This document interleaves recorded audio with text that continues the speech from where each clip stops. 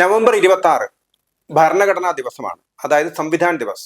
1950 ജനുവരി 26-നാണ് നമ്മുടെ ഭരണഘടന നിലവിൽ വന്നതെങ്കിലും അത് അംഗീകരിക്കപ്പെട്ടത് 1949 നവംബർ 26-നാണ്. അതായത് 75 വർഷം പൂർത്തിയാവുകയാണ്. വാജ്പേയി പ്രധാനമന്ത്രിയായ സമയത്ത് നമ്മുടെ ഭരണഘടനയിൽ ചില മാറ്റങ്ങൾ വരുത്തണമെന്ന വാദങ്ങൾ പുറത്തുനിന്ന് ഉയർന്നു വന്നിരുന്നു. അതേപോലെ തന്നെ കഴിഞ്ഞ ലോക്സഭാ തെരഞ്ഞെടുപ്പിൽ BJP ഭരണഘടനയെ അടിമുടി പൊളിച്ചു മാറ്റുകയാണ് എന്ന ആരോപണമാണ് കോൺഗ്രസ് ഉന്നയിച്ചത്. ഏതായാലും ഒരു രാജ്യത്തിന്റെ നിയമം അത് നൂറ്റാണ്ടുകളായിട്ട് അത് തുടരണമോ അല്ലെങ്കിൽ അതിൽ കാലാനുസൃതമായ മാറ്റങ്ങൾ ആവശ്യമാണോ, അല്ലെങ്കിൽ ഭരണഘടനയിൽ ഇന്നത്തെ ഭരണഘടനയിൽ എന്തെങ്കിലും ന്യൂനതകളുണ്ടോ, അല്ലെങ്കിൽ പോസിറ്റീവായിട്ട് കൂടുതൽ എന്തെങ്കിലും ചേർക്കണമോ? ഇത് സ്വാഭാവികമായിട്ട് ഒരു വളരുന്ന രാഷ്ട്രത്തെ സംബന്ധിച്ചിടത്തോളം അതിൽ ഭരണഘടനയിൽ കാലോചിതമായ മാറ്റങ്ങൾ വരുത്തുക എന്നുള്ളതൊരു നല്ലൊരു ഗുണമാണെന്ന് വിശ്വസിക്കുന്ന ആളുകളുണ്ട്. അതേസമയത്ത് ഭരണഘടന വളരെ മൗലികമാണ്, പരിശുദ്ധമാണ്, അതിൽ തൊടാൻ പാടില്ല എന്ന് പറയുന്ന ആളുകളുമുണ്ട്. ഏതായാലും നമ്മുടെ കൂടെ ഇന്ന് ശ്രീ KV രാജശേഖരൻ. അദ്ദേഹം ഒരു ചിന്തകനാണ്, എഴുത്തുകാരനാണ്, നിരവധി പുസ്തകങ്ങൾ എഴുതിയിട്ടുണ്ട്. അദ്ദേഹം ഭരണഘടനയിൽ മൗലികമായി വരുത്തേണ്ട ചില മാറ്റങ്ങൾ, കാലാനുസൃതമായ മാറ്റം, പ്രധാനമന്ത്രി എങ്ങനെ തെരഞ്ഞെടുക്കപ്പെടുന്നു, അതിനകത്ത് ചില ലൂപ്പ് ഹോൾസ് ഉണ്ടോ, അതേപോലെ തന്നെ നമ്മുടെ ജനപ്രാതിനിധ്യ നിയമത്തിൽ എന്തെങ്കിലും മാറ്റം വരുത്തണമോ, അങ്ങനെ നിരവധി ഭരണഘടനയുമായി ബന്ധപ്പെട്ട നിരവധി ചോദ്യങ്ങൾ, അല്ലെങ്കിൽ നിരവധി സംശയങ്ങൾ, അല്ലെങ്കിൽ നിരവധി നിർദ്ദേശങ്ങൾ ശ്രീ രാജശേഖരന് പറയാനുണ്ട്. നമസ്കാരം. എന്താണ് ഭരണഘടനയിൽ എന്തെങ്കിലും മാറ്റങ്ങൾ വരുത്തണമെന്നാണോ താങ്കളുടെ ഒരു അഭിപ്രായം? മാറ്റങ്ങൾക്കപ്പുറം ഭരണഘടനയെ കുറിച്ച് ചിന്തിക്കുമ്പോൾ ആദ്യം പറയേണ്ടത് ആ വലിയ മനുഷ്യന്റെ പേരാ, ഡോക്ടർ ഭീംറാവ് റാംജി അംബേദ്കർ. നമ്മൾ നേരത്തൊട്ടൊരു ഗുരുത്വമില്ലാത്തവരാ. അംബേദ്കറെ പൊതുജനത്തിന്റെ ചിന്ത അന്നത്തെ കോൺഗ്രസ് നേതൃത്വം അംബേദ്കറെ ഈ ജോലി വിളിച്ച് ക്ഷണിച്ചുകൊണ്ടൊന്ന് ഏൽപ്പിക്കായിരുന്നു. അങ്ങനല്ല, കോൺസ്റ്റിറ്റ്യൂന്റ് അസംബ്ലിയിലേക്ക് വരാൻ വേണ്ടി ബോംബെ പ്രോവിൻസിൽ നിന്ന് എലക്ട് ചെയ്യപ്പെട്ടവരായിരുന്നു. ബോംബെയിൽ നിന്ന് അംബേദ്കറെ തോൽപ്പിക്കാൻ വേണ്ടി ചെയ്യാവുന്ന എല്ലാം ചെയ്ത് കോൺഗ്രസ് നേതൃത്വം, ജവഹർലാൽ നെഹ്റുവിന്റെ കോൺഗ്രസ് അദ്ദേഹത്തെ പരാജയപ്പെടുത്തി. അംബേദ്കർ ഭാരതത്തിന്റെ ഭരണഘടനാ നിർമ്മാണ സഭയിലേക്ക് വരില്ല എന്ന് ഉറപ്പാക്കി. പത്രത്തിൽ പരസ്യം കൊടുത്തു, മറാഠ പത്രത്തില്. അംബേദ്കർ കോൺഗ്രസ് അസംബ്ലിയുടെ വാതിൽ കൂടെയല്ല, ജനലിൽ കൂടി എത്തി നോക്കാൻ പോലും സാധ്യതയില്ല എന്നാണ് മറാഠി പത്രങ്ങളിൽ നിന്ന് വാർത്ത കൊടുത്തത്. എന്നാൽ ബംഗാളിലെ ജ്യോതിർമയി മണ്ഡൽ പിന്നീട് പാകിസ്ഥാന്റെ നിയമമന്ത്രിയായി അവിടെ തിരിച്ചു വന്ന ആളാണ് അദ്ദേഹം. അദ്ദേഹം നാമശൂദ്ര വിഭാഗത്തിന്, ബംഗാളിലെ ഒരു ഷെഡ്യൂൾ കാസ്റ്റ് വിഭാഗം, ആ നാമശൂദ്ര വിഭാഗത്തിന് ഉള്ള ഭൂരിപക്ഷത്തെ പ്രയോജനപ്പെടുത്തിക്കൊണ്ട് അവിടെ നിന്ന് എലക്ട് ചെയ്താണ് അംബേദ്കറെ ഈ സഭയെ കൊണ്ടുവരുന്നത്. ശേഷം അംബേദ്കറെ മത്സരിച്ച് തോൽപ്പിച്ചല്ലേ? അല്ല, അത് ആദ്യത്തെ ഇത്. രണ്ടാമത് ചെയ്തത്, ലോകത്തിൽ വേറെ ഏതൊരു രാജ്യത്താണെങ്കിലും അംബേദ്കർ മുമ്പിൽ നിന്ന് നടത്തി ആ ഭരണഘടന കൊണ്ടുവന്നു. അതിന്റെ അടിസ്ഥാനത്തിൽ ആദ്യം നടക്കുന്ന തെരഞ്ഞെടുപ്പില് അംബേദ്കറെ എതിരില്ലാതെ ജയിപ്പിച്ചേനെ, അല്ലേ? അംബേദ്കർ ആദ്യം ഉണ്ടാവില്ല, എതിരുണ്ടാവില്ലായിരുന്നു. പക്ഷേ ജവഹർലാൽ നെഹ്റുവിന്റെ കോൺഗ്രസും എസ് എ ഡാങ്കയുടെ കമ്മ്യൂണിസ്റ്റ് പാർട്ടിയും രണ്ടു കൂട്ടരും എന്തോ വലിയ അപകടം വരാൻ വന്ന പോലെ അംബേദ്കറെ ആദ്യ തെരഞ്ഞെടുപ്പിൽ തോപ്പിച്ചു. രണ്ടാമതും തോപ്പിച്ചു. അംബേദ്കറെ ഒരിക്കലും ലോകസഭയിൽ കയറാൻ അനുവദിച്ചിട്ടില്ല. അംബേദ്കർ പോയത് രാജ്യസഭ മാത്രമാണ്. പക്ഷെ അത് അംബേദ്കറോട് ചെയ്ത ആ തെറ്റവിടെ നിൽക്കുന്നു. അതിന് പശ്ചാത്തപിക്കാനായിരിക്കും ഈ രാഹുൽ ഗാന്ധിയെ പോലുള്ളവര് ഈ ഭരണഘടന, അതും അകത്തെ 4 പേജുകളുള്ള, അങ്ങനെ ഇപ്പൊ കാണുന്നത്. പശ്ചാത്തലമല്ല, അതിനെ ഒരു മറികടക്കുക. പിന്നെ ഒരു കാര്യം, അത് വേറെ ഒന്നും കൂടെ ഉണ്ട്. ഒന്നാമത്തെ ഭരണഘടനാ ഭേദഗതി അത് കൊണ്ടുവന്നത് ജവഹർലാൽ നെഹ്റുവാണ്. അങ്ങ് ഈ പറയുന്ന ഒന്നാമത്തെ ഇലക്ഷന് മുമ്പ് തന്നെ, ഒരു ഇലക്ഷൻ പോലും കാത്തിരുന്നില്ല, അതിനു മുമ്പ് തന്നെ ഭരണഘടന കൊണ്ടുവന്നു. അതറിയാമല്ലോ, മാധ്യമ സ്വാതന്ത്ര്യം. അന്ന് ഡോക്ടർ ശ്യാം പ്രസാദ് മുഖർജി പാർലമെന്റിൽ കാര്യം പറഞ്ഞു, എന്നും എന്നും നിങ്ങളായിരിക്കും പ്രധാനമന്ത്രി എന്ന് കരുതി നിയമം ഇട്ട് കളിക്കരുത്. നാളെ നിങ്ങളുടെ കയ്യിൽ നിന്ന് പോയി കഴിയുമ്പോഴും നിങ്ങൾക്കും ഈ ജനാധിപത്യത്തിന്റെ വ്യവസ്ഥയില് തുടർന്ന് പോകണ്ടാണെന്ന് ഓർമ്മ വേണമെന്ന് പറഞ്ഞു. ആ ഒരു ഓർമ്മയാണ് രാഹുൽ ഗാന്ധിയുടെ ഭാഷയ്ക്ക് എനിക്ക് തോന്നുന്നത്. ഇന്ത്യൻ ഭരണഘടനയെ ചെയ്യാവുന്ന എല്ലാ തരത്തിലും ദുരുപയോഗം ചെയ്ത ഒരു കുടുംബത്തിന്റെ പിന്തുണച്ചക്കാരനാണ് രാഹുൽ ഗാന്ധി. അദ്ദേഹത്തിന് ഭയമുണ്ടാവും. അതായിരിക്കും അദ്ദേഹത്തിന്റെ നിലപാട്. ഒരു പ്രധാനമന്ത്രി അപകടം സംഭവിച്ചോ, ആരെങ്കിലും കൊല്ലുകയോ, ഏതെങ്കിലും തരത്തിലെ പ്രധാനമന്ത്രി ഇല്ലാതാവുന്ന ഒരു സാഹചര്യം വന്നാൽ അടുത്ത പ്രധാനമന്ത്രിയെ എങ്ങനെയും ചെയ്യണം എന്ന് വ്യവസ്ഥയില്ല. വ്യവസ്ഥയില്ല. അമേരിക്കയിൽ പ്രസിഡന്റ് ഇല്ലെങ്കിൽ ഇല്ലാത്ത അവസ്ഥ വന്നാൽ വൈസ് പ്രസിഡന്റ് ഓട്ടോമാറ്റിക് പ്രസിഡന്റാണ്. ഇന്ത്യയിൽ അങ്ങനെ വ്യവസ്ഥയില്ല. അങ്ങനെ ഒരു വ്യവസ്ഥ ഉണ്ടായിരുന്നുണ്ടെങ്കിൽ 1984 ഒക്ടോബർ 30 ഇന്ത്യയിൽ 2 ട്രാജഡി ഉണ്ടാവില്ലായിരുന്നു. ഒന്ന് ഇന്ദിരാഗാന്ധിയുടെ മരണം, യാതൊരു സംശയം ട്രാജഡി ആയിരുന്നു.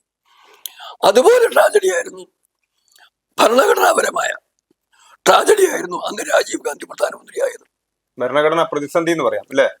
പ്രതിസന്ധിയല്ല, ഭരണഘടന ദുരുപയോഗം അട്ടിമറിച്ചു, ശുദ്ധമായിട്ട് അട്ടിമറിച്ചു. അമ്മയുടെ ശവശരീരം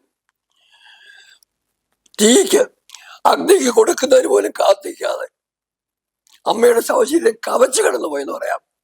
അങ്ങനെ പോയാണ് രാജീവ് ഗാന്ധി പ്രധാനമന്ത്രിയായത്. പകരം എന്ത് ചെയ്യണമെന്നായിരുന്നു താങ്കൾ പറയുന്നത്? ഞാൻ പറയാം. ആ അന്തരീക്ഷം ഇന്നും ചർച്ച ചെയ്യാത്ത വിഷയമാണ്. പകരം എന്ത് ചെയ്യണമെന്ന് ഞാൻ പറയേണ്ട ആവശ്യമില്ല. ആദ്യം അങ്ങനെ ഒരു ക്രൈസിസ് വന്നത് 1964 ജവഹർലാൽ നെഹ്റു മരിച്ചു. ഡോക്ടർ എസ് രാധാകൃഷ്ണനാണ് രാഷ്ട്രപതി. പുതിയ ആളെ കൊണ്ടുള്ള ചുമതലയും അധികാരവും രാഷ്ട്രപതിക്ക്. ഭരണഘടന വ്യവസ്ഥയില്ല. അദ്ദേഹം പറഞ്ഞു ക്യാബിനറ്റിലെ സീനിയർ മോസ്റ്റ് ആള്. ഹോം മിനിസ്റ്റർ ആയിരുന്ന ഗുൽസാരിലാൽ നന്ദയായിരുന്നു. നന്ദയെ ഇന്ററിം പ്രൈം മിനിസ്റ്റർ ആക്കി. അതിനുശേഷം കോൺഗ്രസ് പാർലമെന്ററി പാർട്ടി കൂടിയിട്ട് ലാൽ ബഹദൂർ ശാസ്ത്രിയെ പ്രധാനമന്ത്രി എടുത്തു. അപ്പൊ ഇന്ററിം പ്രൈം മിനിസ്റ്റർ കഴിഞ്ഞു. അതിലോട്ട് പറഞ്ഞു. അതിനുശേഷം പിന്നീട് ലാൽ ബഹദൂർ ശാസ്ത്രി മരിച്ചു. അന്നും ഡോക്ടർ രാധാകൃഷ്ണനാണ്. അദ്ദേഹം എന്ത് ചെയ്തു? അന്നും ഗുൽസാരിലാൽ നന്ദ തന്നെയാണ് ഹോം മിനിസ്റ്ററും സീനിയർ മിനിസ്റ്ററും. 66 അതെ, അദ്ദേഹത്തെ പ്രധാനമന്ത്രി ഇന്ററിം പ്രൈം മിനിസ്റ്റർ ആക്കി. അതിനുശേഷം കോൺഗ്രസ് പാർലമെന്ററി പാർട്ടി കൂടി മൊറാർജി ദേശായിയും ഇന്ദിരാഗാന്ധിയും തമ്മിൽ തർക്കമുണ്ടായിരുന്നു. ഇന്ദിരാഗാന്ധിക്ക് ഭൂരിപക്ഷം കിട്ടി പ്രധാനമന്ത്രിയായി. Nobody has got U objection. ഭരണഘടനയിൽ വ്യവസ്ഥ ഇല്ലാത്തതിന് കൺവെൻഷൻ കൊണ്ടുവച്ചു. ആ കൺവെൻഷൻ ആരോഗ്യപരമായ കൺവെൻഷനായിരുന്നു. ആ കൺവെൻഷന് എന്തിനാണ് നമുക്കറിയാം. അന്നൊരാളെ ഇന്ററിം പ്രൈം മിനിസ്റ്റർ ആക്കിയിട്ട് ഇപ്പം നരസിംഹറാവുവിനെ ഉദാഹരണത്തിന് വെച്ചു, അല്ലെ പ്രണാബ് മുഖർജി വെച്ച ശേഷമാണെങ്കിലും രാജീവ് ഗാന്ധിക്ക് തന്നെ എന്ന് പാർലമെന്ററി പാർട്ടി ഭൂരിപക്ഷം കിട്ടിയേനെ. പക്ഷെ എന്തിന് ഈ വളഞ്ഞ വഴി സ്വീകരിച്ചു? അതിന് ഉത്തരവ് അന്വേഷിക്കുന്നിടത്ത് അത് നമ്മുടെ ഇപ്പോഴത്തെ വിഷയം അല്ലെങ്കിലും ഇന്ദിരാഗാന്ധിയുടെ കൊലപാതകത്തിന്റെ പിന്നിലെ പല രഹസ്യങ്ങളും അന്വേഷിച്ചു പോകേണ്ടി വരും. ഞാൻ അത്രയും മാത്രമേ അക്കാര്യത്തിൽ പറയുന്നുള്ളൂ. അതുകൊണ്ട് എൻ്റെ അഭിപ്രായം എന്താന്ന് പറഞ്ഞാല് ഇത് എന്ന് സംഭവിക്കാവുന്ന കാര്യമാണ്. അതുകൊണ്ട് പ്രധാനമന്ത്രിയെ എങ്ങനെയാണ് എലക്ട് ചെയ്യുന്നുള്ളതിന് വ്യവസ്ഥാപരമായ ഭരണഘടനാപരമായ സംവിധാനം വേണം. ഒരു പഴുതുണ്ട്, അത് അടയ്ക്കണം അല്ലേ? പഴുതടയ്ക്കണം. അതിന് ഞാൻ സജസ്റ്റ് ചെയ്യുന്നത് അങ്ങനെ മാത്രമല്ല, എലക്ഷൻ കഴിഞ്ഞു കഴിഞ്ഞാൽ ജനങ്ങൾ എം പിമാരെ എലക്ട് ചെയ്യുന്നു. എം പിമാരെ എലക്ട് ചെയ്യപ്പെട്ട് കഴിഞ്ഞാല് പിന്നെ അവർക്ക് ജനങ്ങൾക്ക് റോളൊന്നുമില്ല. പ്രസിഡന്റിനെ ആരെയും പിടിച്ച് പ്രധാനമന്ത്രിയാക്കാം, ആരെ വേണേലാക്കാം. ലാലു പ്രസാദ് യാദവിന്റെ ഭാര്യയെ അന്നത്തെ ഗവർണർ മുഖ്യമന്ത്രിയാക്കിയതുപോലെ രാഷ്ട്രപതിക്ക് ആരെ വേണേലാക്കാം. റിസ്ക് ഉണ്ട്. കാരണം ആളിനെ ലോകസഭ ഭൂരിപക്ഷമല്ലേ ഭരിക്കാൻ പറ്റില്ല. അതിനൊക്കെ വേറെ പല വഴികളുണ്ട്. ജവഹർലാൽ നെഹ്റു തെരഞ്ഞെടുക്കപ്പെട്ട് ജയിച്ച ശേഷമാണോ പ്രധാനമന്ത്രിയായത്? ആണോ? അല്ല. ആദ്യം പ്രധാനമന്ത്രിയാകും. ഇന്ദിരാഗാന്ധി പ്രധാനമന്ത്രിയാകാൻ ഉള്ള സ്ഥാനാർത്ഥി എന്ന് പറഞ്ഞ ഇലക്ഷൻ മത്സരിച്ച ശേഷമാണ് ആയത്. അല്ലല്ലോ. രാജീവ് ഗാന്ധി പ്രധാനമന്ത്രിയായിട്ട് ഇരുന്നുകൊണ്ടാണ് ഇലക്ഷൻ നേരിടുന്നത്. അപ്പം ജവഹർലാൽ നെഹ്റു, ഇന്ദിരാഗാന്ധി, രാജീവ് ഗാന്ധി ശരിക്കും പ്രധാനമന്ത്രി സ്ഥാനാർത്ഥിയാണ് ഞാൻ എന്ന് പറഞ്ഞ് ഒരു പാർട്ടി നിയോഗിച്ചിട്ട് ആദ്യം മത്സരിച്ച ആള് ജയിക്കും എന്ന ആള് അടൽ ബിഹാരി വാജ്പേയി. പിന്നീട് ഇപ്പൊ നരേന്ദ്രമോദി. വേറെ അങ്ങ് ഒന്നെടുത്ത് നോക്കിക്കോളൂ, ഒരു പ്രധാനമന്ത്രിമാരും പിന്നീട് പിന്നെ ആയിക്കോട്ടെ, ആരാണ് പ്രധാനമന്ത്രിയാകാൻ പോകുന്നതെന്ന് ജനങ്ങൾക്കൊരു ഓപ്ഷൻ കൊടുത്തിട്ട് പ്രധാനമന്ത്രിയായ ഘട്ടം എന്ന് പറയുന്നത് വാജ്പേയി വന്നപ്പോഴും മോദി വന്നപ്പോഴും ഉള്ളൂ. അപ്പൊ എന്താന്ന് പറഞ്ഞാല് മാനിപ്പുലേഷനിൽ കൂടി കസേര പിടിക്കുന്നതിനുള്ള അവസരം കിട്ടണം. അതിന് മാനിപ്പുലേഷനുള്ള പരമാവധി സ്കോപ്പ് ഭരണഘടനയ്ക്കകത്ത് വന്നുകൂടിയിട്ടുണ്ട്. അത് ആരെങ്കിലും മനഃപൂർവ്വം ചെയ്തതാണോ യാദൃച്ഛികമായ സംഭവം അങ്ങയുടെ ആലോചനയ്ക്ക്, നമ്മുടെ കേൾവിക്കാരുടെ ആലോചനയ്ക്ക് ഞാൻ വിടുന്നു. അല്ല, 71-ലെയും 80-ലെയും തെരഞ്ഞെടുപ്പിൽ ഇന്ദിരാഗാന്ധിയെ മുൻനിർത്തിയല്ലേ കോൺഗ്രസ് ഇലക്ഷൻ മത്സരിച്ചത്? 67 അല്ല, ഞാൻ ആദ്യത്തെ തന്നെ ചോദ്യം. ഇപ്പൊ മോദി രണ്ടാമത് അങ്ങനല്ലല്ലോ, പ്രധാനമന്ത്രിയായിട്ട് ഇരുന്നോണ്ടല്ല മത്സരിക്കുന്നത്, ആ കസേര ഇരുന്നോണ്ടല്ല മത്സരിക്കുന്നത്. ഇനി അടുത്ത വിഷയം, അത് ലോകത്തിന്റെ മാതൃക കണ്ട് ജീവിക്കുക, ലോകത്തിന് മാതൃക കൊടുക്കുക. ഇത് രണ്ടും ഒരു രാഷ്ട്രതന്ത്രജ്ഞന് സ്റ്റേറ്റ്സ്മാന്റെ ബാധ്യതയാണ്. ഞാനൊരു ചോദ്യം ചോദിക്കട്ടെ. നെൽസൺ മണ്ടേല സൗത്ത് ആഫ്രിക്കയിലെ ഒരുപക്ഷെ നെഹ്റുവിന്റെയോ ഗാന്ധിയുടെയോ ഒക്കെ അപ്പുറം വീര സവർക്കർക്ക് പോലും സവർക്കർ അത്രയും വരില്ല, എന്നാലും അത്രയും ത്യാഗത്തിന് ചരിത്രമുള്ള ആളാണ് നെൽസൺ മണ്ടേല. ഇദ്ദേഹം സൗത്ത് ആഫ്രിക്കയുടെ പ്രസിഡന്റായി. ഒരു ടേം കഴിഞ്ഞു, 2 ടേം കഴിഞ്ഞു, മതി, ഇനി ഞാനില്ല. 3ാമത്തെ ടേമിന് നിന്നില്ല. ആ മാന്യത അദ്ദേഹം കാണിച്ചു. ഇവിടെ ജവഹർലാൽ നെഹ്റു 47 പ്രധാനമന്ത്രിയായി. ആരോഗ്യം കൊണ്ടൊക്കെ 57-ലൊക്കെ റെക്കോർഡുണ്ട്, പുസ്തകങ്ങളത്തിന് റെക്കോർഡുണ്ട്. ആരോഗ്യം തീരെ പോയി. ആ മനുഷ്യൻ 64-ല് യമധർമ്മൻ വന്ന് കൊണ്ടുപോകുന്നിടം വരെ കസേരയിലിരുന്നു. ഇന്ദിരാഗാന്ധി വന്നു. ഇന്ദിരാഗാന്ധി അടിയന്തരാവസ്ഥയ്ക്ക് പുറത്തു പോയെങ്കിലും 80-ൽ തിരിച്ചു വന്നു. അല്ല, സ്വയം ഈ പദവിയിൽ നിന്ന് പോകുന്നത് ജീവൻ പോകുന്ന സന്ദർഭത്തിലാണ്. ഇന്ത്യയിൽ അങ്ങനെ എക്കാലവും തുടരുന്ന സംവിധാനം പാടില്ലെന്നുള്ള അഭിപ്രായക്കാരനാണ് ഞാൻ. അതായത് പ്രധാനമന്ത്രി നരേന്ദ്രമോദിയും 2 ടേം കഴിഞ്ഞ ശേഷം ഒഴിയണമായിരുന്നു. നരേന്ദ്രമോദി എന്നുള്ളത് എനിക്ക് ഒഴിയണമായിരുന്നു ഞാൻ പറയത്തില്ല. നിലവിൽ അങ്ങനെ ഒരു പ്രൊവിഷൻ ഇല്ലല്ലോ. അല്ല, പ്രൊവിഷൻ ഇല്ല. ഞാൻ പറയുന്നത് ഇതേ സാഹചര്യം അമേരിക്ക വന്നതാ. 2ാം ലോകയുദ്ധം കഴിഞ്ഞപ്പോഴത്തേക്ക് അമേരിക്കയുടെ പ്രസിഡന്റ്, അക്കാലത്തെ പ്രസിഡന്റ് 3 ടേം, 3ാമത്തെ ടേം ഇരിക്കുക. അതുവരെ ജോർജ് വാഷിങ്ടൺ തൊട്ട് വാഷിങ്ടണോട് പോലും പറഞ്ഞു. മണ്ടേലയ്ക്ക് മുമ്പ് വാഷിങ്ടണോടാണ് പറയുന്നത്, 3rd time no, nothing doing, I will not be there. വേറെ ആൾക്ക് ചാൻസ് കൊടുത്തു. അതിനുശേഷം പിന്നെ ആരും ഇരുന്നിട്ടില്ല. ഒരാൾ ശ്രമിച്ചു നോക്കി, അയാൾക്ക് പറ്റിയിട്ടുമില്ല. സെക്കൻഡ് വേൾഡ് വാർ വന്നപ്പോഴത്തേക്ക് ആ ക്രൈസിസില് 3ാമതും ഒരു പ്രസിഡന്റ് വന്നു. അന്ന് അമേരിക്കയിലെ ബൗദ്ധിക സമൂഹം ചിന്തിച്ചു, പാടില്ല, ഇത് ഭരണഘടനാപരമായി തടസ്സപ്പെടുത്താൻ തീരുമാനിച്ചു. അങ്ങനെ അവരിപ്പോ 2 ടേം 8 വർഷം വരെ ഇരിക്കാൻ പറ്റുള്ളൂ. അതുകൊണ്ടാണ് ബിൽ ക്ലിന്റനും ഒബാമയും ഒക്കെ പുറത്ത് പോയിട്ട് ഇപ്പൊ ഭാര്യമാരെ കൊണ്ടുവരാൻ വേണ്ടി പരിശ്രമിച്ചത്. നമ്മൾ അങ്ങോട്ട് പോയാൽ ഞാൻ പറഞ്ഞതല്ല. അതിന് ആ ഒരു കാര്യത്തിന് വലിയ പ്ലസ് പോയിന്റ് ഉണ്ട്. ആദ്യത്തെ ടേം എന്ന് പറയുന്നത് നമുക്ക് 5 കൊല്ലമാണ്. ഈ 5 കൊല്ലം അല്പമൊക്കെ കോംപ്രമൈസ് ചെയ്യും, അടുത്ത ടേം വേണമെന്നുള്ള ആഗ്രഹമുണ്ട്. സെക്കൻഡ് ടേം ആകുമ്പോഴത്തേക്ക് ഭാരതത്തിന്റെ ചരിത്രത്തിൽ, അവിടെയാണ് അമേരിക്കയുടെ ചരിത്രത്തില് എന്റെ പേരുണ്ടാവണമെങ്കിൽ ഞാൻ എന്തെങ്കിലും ചെയ്യണം, ഭാരതത്തെ മഹത്തരമാക്കാൻ വേണ്ടി, എന്റെ ഭരണം ചരിത്രം ഓർക്കാൻ വേണ്ടി. ആ ഓർമ്മയോടുകൂടി ആ മനുഷ്യൻ അടുത്ത 5 കൊല്ലം സക്രിയമായിട്ട് പ്രവർത്തിക്കും. ഒരു ഭാഗം. 2ാമത്തെ ഭാഗം പുതിയ ആളുകൾക്ക് അവസരം വരും. ഇതിനൊക്കെ ചോദ്യങ്ങൾ വരാം, ആ ചോദ്യങ്ങൾക്ക് ഉത്തരം ഉണ്ടാവും. അത് ഞാൻ മാത്രം പറയേണ്ടതുമല്ല. എങ്കിലും ഈ ടേമും റെസ്ട്രിക്ട് ചെയ്യണം. പിന്നെ അതിന്റെ ഭാഗമായിട്ട് ഏറ്റവും നല്ലൊരു കാര്യമാണ് ഇപ്പോൾ വരുന്നത്, ഒരു രാജ്യം ഒരു തെരഞ്ഞെടുപ്പ്. ഈ ഒരു രാജ്യം ഒരു തെരഞ്ഞെടുപ്പ് മാറ്റം വരുമ്പോൾ അതിനെക്കുറിച്ച് അങ്ങേക്ക് എന്തെങ്കിലും എതിരഭിപ്രായമുണ്ടോ? അങ്ങനല്ല, അത് ഓരോ തെരഞ്ഞെടുപ്പും ഓരോ പശ്ചാത്തലത്തിലും ഓരോ പ്രത്യേക സാഹചര്യത്തിലാണ് അത് നടത്തുന്നത്. ഇപ്പൊ ഉദാഹരണത്തിന് ഒരു സംസ്ഥാന നിയമസഭയിലേക്കുള്ള തെരഞ്ഞെടുപ്പ് നടക്കുന്നത് ആ സ്ഥലത്തെ ഭരണാധികാരിയെ തെരഞ്ഞെടുക്കാനല്ലേ. മറ്റേത് വേറൊരു സ്പിരിറ്റ് ആയിരിക്കുമല്ലോ. അപ്പൊ ഈ രണ്ടും ഒരുമിച്ച് ക്ലബ്ബ് ചെയ്യുന്ന സമയത്ത് സാമ്പത്തികമായ ചെലവുകൾ ഉണ്ടാവും എന്നല്ലാതെ രണ്ട് സ്പിരിറ്റല്ലേ നടക്കുന്നത്. കേരളത്തിൽ അല്ല, മുമ്പ് തെരഞ്ഞെടുപ്പ്. അവിടെ പ്രശ്നം അവിടെയല്ല. ആ നമുക്ക് അത്രയും ഡീറ്റെയിൽ ആയിട്ട് ചർച്ച ചെയ്യാൻ സമയമില്ല, വേറെ ദിവസം കൂടി ചർച്ച ചെയ്യാം. ഓക്കെ. അതിനകത്തെ കാര്യം എന്താന്ന് പറഞ്ഞാല്, ഒരു പെർട്ടിക്കുലർ ടൈമിലെ ജനങ്ങളുടെ വികാരം, ആ ജനാഭിപ്രായം നിയമസഭയിൽ റിഫ്ലക്ട് ചെയ്യും, ലോകസഭയിൽ റിഫ്ലക്ട് ചെയ്യും. അല്ല, ഇപ്പൊ ഞാൻ ഉദാഹരണത്തിന് 1977 ആ.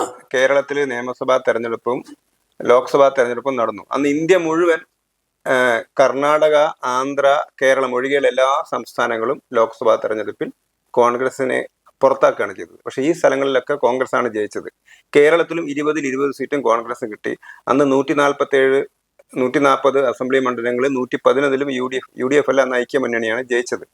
ഒരു പക്ഷേ അന്ന് നിയമസഭാ തെരഞ്ഞെടുപ്പ് ഇല്ലായിരുന്നെങ്കിൽ ഒരു നാഷണൽ പെർസ്പെക്റ്റീവിൽ മാത്രം തെരഞ്ഞെടുപ്പ് നടക്കുകയാണെങ്കിൽ പക്ഷേ 20 സീറ്റും ചിലപ്പം കോൺഗ്രസിന് കിട്ടണമെന്നുണ്ടായിരുന്നു. അല്ല, ആ വൈവിധ്യം, ആ ജനവിധിയിലെ വൈവിധ്യം ആ എന്ന് പറയുന്നത് ഡെമോക്രസിയുടെ ഭാഗമാണ്. ആ അത് നിങ്ങൾ തടസ്സപ്പെടുത്താൻ നോക്കിയിട്ട് കാര്യമില്ല. അല്ല, ഞാൻ പറഞ്ഞു വന്നത് അവിടെ ചർച്ച ചെയ്യപ്പെട്ടത് കേരളത്തിലെ തെരഞ്ഞെടുപ്പിൽ കേരളത്തിലെ സാഹചര്യത്തിലാണ് അന്ന് നടന്നത്. പക്ഷെ അത് പാർലമെന്റ് കൂട്ടത്തിൽ ആയതുകൊണ്ട് പാർലമെന്റിലേക്കും ഈ സംസ്ഥാന നിയമസഭയുടെ ആ രൂപവും ഭാവത്തിനും അനുസരിച്ച് രുചിക്കനുസരിച്ച ഒരു ആളുകളെയാണ് തെരഞ്ഞെടുത്തത് എന്നാ ഞാൻ പറഞ്ഞത്. ആ പറഞ്ഞ കാര്യം സമ്മതിക്കുന്നേ. ആ. അവിടെ തന്നെ ഞാൻ പറയുന്ന കാര്യം എന്താന്ന് പറഞ്ഞാല്, every other month there is an election. അത് ഒന്ന്. രണ്ടാമത് വേറൊരു കാര്യം കൂടെ പ്രായോഗികമായിട്ട് പറയുക. അമേരിക്കയിലെ ഇലക്ഷന് ഇപ്പോഴും പ്രസിഡന്റിനെ ഇലക്ട് ചെയ്യുമ്പോഴത്തേക്ക് കൗണ്ടി റെപ്രസെന്റേറ്റീവ് തൊട്ടിട്ട് പല ഘട്ടങ്ങളായിട്ട് 10-30 വരെ ഇലക്ട് ചെയ്യേണ്ടി വരുന്നു. അവിടെ സാധാരണക്കാരെ വോട്ട് ചെയ്യുന്നത്. അതെ. ഈ സാധാരണക്കാരുടെ വോട്ടറുടെ സമ്മതിദായകന്റെ ബുദ്ധിയെ നമ്മൾ ചോദ്യം ചെയ്യേണ്ട. അതെ.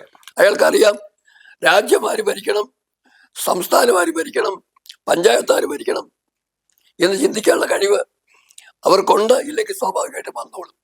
ഇങ്ങനെ അതൊക്കെ ഒരു കാര്യം. അവിടെ വരേണ്ട പ്രധാന കാര്യം എന്ന് പറയുന്നത്, അത് അങ്ങനെ വരികയും ചെയ്തിട്ട് ഒരു രാജ്യം ഒരു തെരഞ്ഞെടുപ്പ്, രണ്ടാമതൊപ്പം തന്നെ വേറൊന്നുകൂടെ വരണം. അതെന്താന്ന് പറഞ്ഞാൽ കൃത്യമായിരിക്കണം. അതിന് അമേരിക്ക മാത്രമേ പറയുക. പ്രധാനമന്ത്രിക്ക് യാതൊരു സ്വാതന്ത്ര്യ കാര്യത്തിൽ ഉണ്ടാവരുത് എന്നാണ് തെരഞ്ഞെടുപ്പ് നടക്കണം എന്നുള്ള കാര്യം. പിന്നെ ഒരു കാര്യം ഓർത്തു, ഇലക്ഷൻ കമ്മീഷനിലേക്ക് ഇന്ത്യയിൽ തീരുമാനിക്കുന്നു. ഇലക്ഷൻ കമ്മീഷൻ ആണെന്ന് പറഞ്ഞാലും കൺസൾട്ടേഷൻ വിത്ത് കൺസൾട്ടേഷനകത്ത് വേറെ ഗ്രൂപ്പുകളുണ്ട്. ലോ ആൻഡ് ഓർഡർ എല്ലാം ചെയ്യാൻ വേണ്ടിയിട്ട് ആരെയും പ്രിപ്പയർഡ് എന്ന് ചോദിച്ചു കഴിയുമ്പോഴാണ് ഇവിടെ കൊണ്ട് അവിടെ കൺസൾട്ടേഷൻ ഇല്ല. അല്ല, പക്ഷെ അവിടെ കോടതിക്ക് ഇടപെടാലോ. ഇപ്പൊ ഉദാഹരണം ജമ്മു കാശ്മീരിൽ ഇലക്ഷൻ നടത്തണം എന്ന് പറഞ്ഞത് കോടതിയല്ലേ? അല്ല, അങ്ങനെ പറഞ്ഞിട്ടില്ല. അന്നേരം ഡേറ്റ് പറഞ്ഞിട്ടില്ല, നടത്തണമെന്നേ പറഞ്ഞുള്ളൂ. അവിടുത്തെ കാര്യം അങ്ങനെയല്ല. അവിടെ അവർ കൃത്യമായിട്ട് പറഞ്ഞിരിക്കുകയാണ്, നവംബറിലെ ഫസ്റ്റ് മൺഡേ കഴിഞ്ഞുള്ള ചൊവ്വാഴ്ച ആ ദിവസമായിരിക്കും പോളിങ്. എല്ലാം അവിടെ ശരിയാന്നല്ല പറയുന്നത്. ഉദാഹരണത്തിന് അവിടെ എല്ലാ സംസ്ഥാനങ്ങളിലും ഐഡന്റി കാർഡ് നിർബന്ധമല്ല. അവ ഈ കുടിയേറ്റക്കാർക്ക് വോട്ട് ചെയ്യാൻ പറ്റും. മനസ്സിലായില്ലേ? അവിടെ അവിടുത്തെ ഇലക്ഷനകത്ത് ഒത്തിരി പോരായ്മകളുണ്ട്. എങ്കിലും ഈ ഒരു കാര്യം അപ്പൊ ഞാൻ പറഞ്ഞത്, അല്ല, എനിക്ക് തോന്നുന്നതേ, നമ്മൾ ഭരണഘടനയിലെ ഏതെങ്കിലും ഒരു കാര്യം പറയുന്നതിന് പകരം ഭരണഘടനയെ കുറിച്ച് തന്നെ പഠിക്കാനും ഭരണഘടനയിൽ ആവശ്യമായ മാറ്റം വരുത്തണമെന്ന് ആവശ്യപ്പെടാനും വേണ്ടി ഒരു കമ്മീഷനെ നിയോഗിക്കുകയും ആ കമ്മീഷന്റെ പ്രൊപ്പോസൽസിനനുസരിച്ച് രാജ്യത്തെ വിവിധ ഭാഗങ്ങളിൽ ചർച്ചകളും ഒക്കെ നടക്കുകയും അക്കാഡമിഷ്യൻസും അല്ലാത്ത പബ്ലിക് ആക്ടിവിറ്റീസും അങ്ങനത്തെ ആളുകൾക്കൊക്കെ ഒരു ചർച്ച നടത്തുകയും മൗലികമായ എന്തെങ്കിലും മാറ്റങ്ങൾ വരുത്തണോ, വേണ്ടെങ്കിൽ വേണ്ട, വേണമെങ്കിൽ കാലോചിതമായ പരിഷ്കാരം, ഒരു ഭരണഘടനയുടെ 75-ാം വാർഷികം പ്രമാണിച്ച് അങ്ങനെ ഒരു ചർച്ച നടക്കുന്നത് നല്ലതല്ലേ? ഞാനത് തന്നെയാ പറയാം. ഇതിന് വേറൊരു ജസ്റ്റിഫിക്കേഷൻ ഉണ്ട്. എന്നറിയ കാര്യം, ഇന്ത്യൻ ഭരണഘടന കോൺസ്റ്റിറ്റ്യൂഷൻ അസംബ്ലി അത് ഉണ്ടാവുന്നതിന് മുമ്പായിട്ട് രാജ്യത്ത് വ്യാപകമായ ഇലക്ഷൻ നടന്നിട്ടില്ല. അപ്പൊ ശരിയായ ജനപ്രതിനിധികളല്ല അന്ന് വന്നിരുന്നവർ. പ്രഗത്ഭന്മാരായിരുന്നു, സംശയമൊന്നുമില്ല. ഇവിടെ കേരളത്തിൽ പോലും പ്രഗത്ഭന്മാരായിരുന്നു. പക്ഷെ ജനവികാരത്തെ വി ദ പീപ്പിൾ എന്നൊക്കെ പറഞ്ഞാലും ജനവികാരം കൃത്യമായി പ്രതിഫലിപ്പിക്കുന്ന ഒരു സഭയല്ല ആയിരുന്നില്ല. അതുകൊണ്ട് അന്നേരം അഡ്വോക്കായിട്ട് സ്വീകരിച്ചു, സംബന്ധിച്ചു. ഏതെങ്കിലും ഒരു സ്റ്റേജില് പാർലമെന്റ് അംഗങ്ങളും MLA-മാരും ജനപ്രതിനിധികളും എല്ലാവരും പങ്കെടുത്ത പ്രോസസ്സ്, ആ പ്രോസസ്സിൽ കൂടെ വേണ്ട കാര്യങ്ങൾ മാറ്റുക, ബേസിക് ആയിട്ടുള്ള കാര്യങ്ങൾ നിലനിർത്തുക. അതിന് ആ തരത്തിലേക്ക് ഒരു വലിയ എക്സസൈസ് ഇപ്പം ഭാരതം ചെയ്യേണ്ട സമയമാണിത്. കാരണം നൂറ്റാണ്ടുകളായിട്ട് ഉള്ള ഒരു രാജ്യത്തിനകത്ത്, ഒരു രാഷ്ട്ര ജീവിതത്തിനകത്ത് ഒരു ഘട്ടത്തിൽ, ഒരു സന്നിഗ്ധ ഘട്ടത്തിൽ നമ്മളൊരു ഭരണഘടന രൂപീകരിക്കുന്നു. ആ ഭരണഘടന കാലാകാലങ്ങളായിട്ട് അത് തന്നെ വേണം എന്ന് പറയുന്നത് തികച്ചും പുരോഗമന വിരുദ്ധമല്ലേ? അല്ലേ? ഇപ്പൊ നിസ്സാര കാര്യം പറയാം, ഈ ഇലക്ട്രോണിക് സിസ്റ്റത്തിന്റെ കാര്യം ഞാൻ പറയാം. ഇപ്പം ഞാന് എന്റെ വീട്ടിലെ കാര്യം തന്നെ പറയുക. ട്രിവാൻഡ്രത്ത് കോർപ്പറേഷൻ ഇലക്ഷന് വാക്കൗട്ട് ഉണ്ടായിരുന്നു, അസംബ്ലി ഇലക്ഷൻ ഇല്ല, പാനൂർ ഇലക്ഷനും ഉണ്ട്. ഇതെങ്ങനെ സംഭവിക്കുന്നത്? ഇങ്ങനെ സംഭവിക്കാൻ പാടുണ്ടോ? ഓരോ സമയം നമ്മൾ ചേർക്കണം. അതുപോലെ ഇന്നലെ പാലക്കാട് ഇലക്ഷന് 2 മണ്ഡലങ്ങളിൽ വോട്ടുള്ളതിന്റെ പേരില് ഒരു രാഷ്ട്രീയ നേതാവിനെ വോട്ട് ചെയ്യാൻ സമ്മതിക്കില്ല പറഞ്ഞ് ബഹളം കണ്ടു. ഒരാൾക്ക് മാത്രമല്ല, നിരവധി പേർക്ക് അങ്ങനെയുണ്ട്. എങ്കിലും ബഹളം ഉണ്ടാക്കിയ ഒരാൾക്ക് വേണ്ടിയാ. എന്റെ ചോദ്യം, എങ്ങനെ അങ്ങനെ സംഭവിക്കുന്നു? ഒരു ആധാർ കാർഡുമായിട്ട് ലിങ്ക് ചെയ്ത് എല്ലാരും പൗരന്മാർക്കും ഓരോ വോട്ട് ഉണ്ടാവണം, ഓരോ വോട്ടേ പാടുള്ളൂ.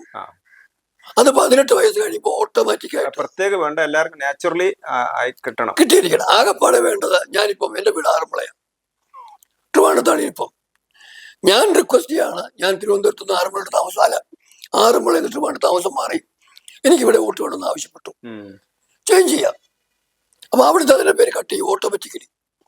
അതുപോലെ തിരിച്ചും രാഷ്ട്രീയ പാർട്ടിക്കാർക്കും പറയാം, ഈ മനുഷ്യൻ ഇവിടെ താമസം മാറിയിട്ട് 6 മാസം കഴിഞ്ഞു, അതൊക്കെ നടന്നോട്ടെ. പക്ഷേ ഒരു മൗലികാവകാശമാക്കണം വോട്ട്. എന്റെ 18 വയസ്സ് കഴിഞ്ഞ ആധാർ കാർഡിന്റെ ബേസില് എനിക്ക് വോട്ടുണ്ടാവണം. ഞാൻ പറഞ്ഞ ഇങ്ങനെയുള്ള കാര്യങ്ങള് സമഗ്രമായി. അതുപോലെ ഒരു കാര്യം കൂടെ പറഞ്ഞ് നമുക്ക് നിർത്താം, സമയത്തിനായില്ലേ. എലക്ട് ചെയ്യപ്പെടുന്ന ലോകസഭയിലെയും നിയമസഭയിലെയും മെമ്പർമാർക്ക് അവരുടെ മുകളിൽ വിപ്പ് സിസ്റ്റം, ഒരു പാർട്ടി എംബ്ലത്തിലല്ലേ മത്സരിച്ച്. അതുകൊണ്ടെന്താ വിപ്പ് വേണ്ടത്? എന്റെ അഭിപ്രായത്തില് അവിശ്വാസ പ്രമേയം വരികയാണ്, ആ സമയത്താകാം. പക്ഷെ വേറൊരു ബില്ല് കൊണ്ട് വക്കഫ് ബില്ല്, ഇപ്പൊ വക്കഫ് ബില്ല് കൊണ്ടിരുമ്പോ എന്ത് വിപ്പ് അവിടെ വേണ്ടത്? അവിടെ ജനപ്രതിനിധികൾക്ക് സ്വതന്ത്രമായിട്ട് വോട്ട് ചെയ്യുന്നുള്ള അവകാശം ഉണ്ടായിരിക്കണം. ഇതും ഒരാവശ്യമാണ്. ചർച്ചയ്ക്ക് വേണ്ടി വിഷയങ്ങളിട്ടെന്ന് മാത്രം. ലെറ്റ് us see, ആരെങ്കിലുമൊക്കെ നമ്മളെ കാഴ്ചക്കാരോ ആരെങ്കിലും ചിന്തിക്കട്ടെ. ഏതായാലും thanks a lot, you gave me an option. ഇന്ത്യയുടെ ഭരണഘടനയുടെ 75ാം വാർഷികത്തിലേക്ക് കടക്കുന്ന സമയത്ത് അതിൽ ഉള്ള ന്യൂനതകൾ അല്ലെങ്കിൽ കാലാനുസൃതമായ മാറ്റം വരുത്തണം, അതിനെക്കുറിച്ചുള്ള ചർച്ച നടക്കണം എന്നാണ് ശ്രീ KV രാജശേഖരൻ പറയുന്നത്. ഇതിന് ഉത്തരം പറയേണ്ടത് ജനങ്ങളാണ്. ആ ജനങ്ങൾ പറയട്ടെ എന്താണ് വേണ്ടതെന്നുള്ളത്.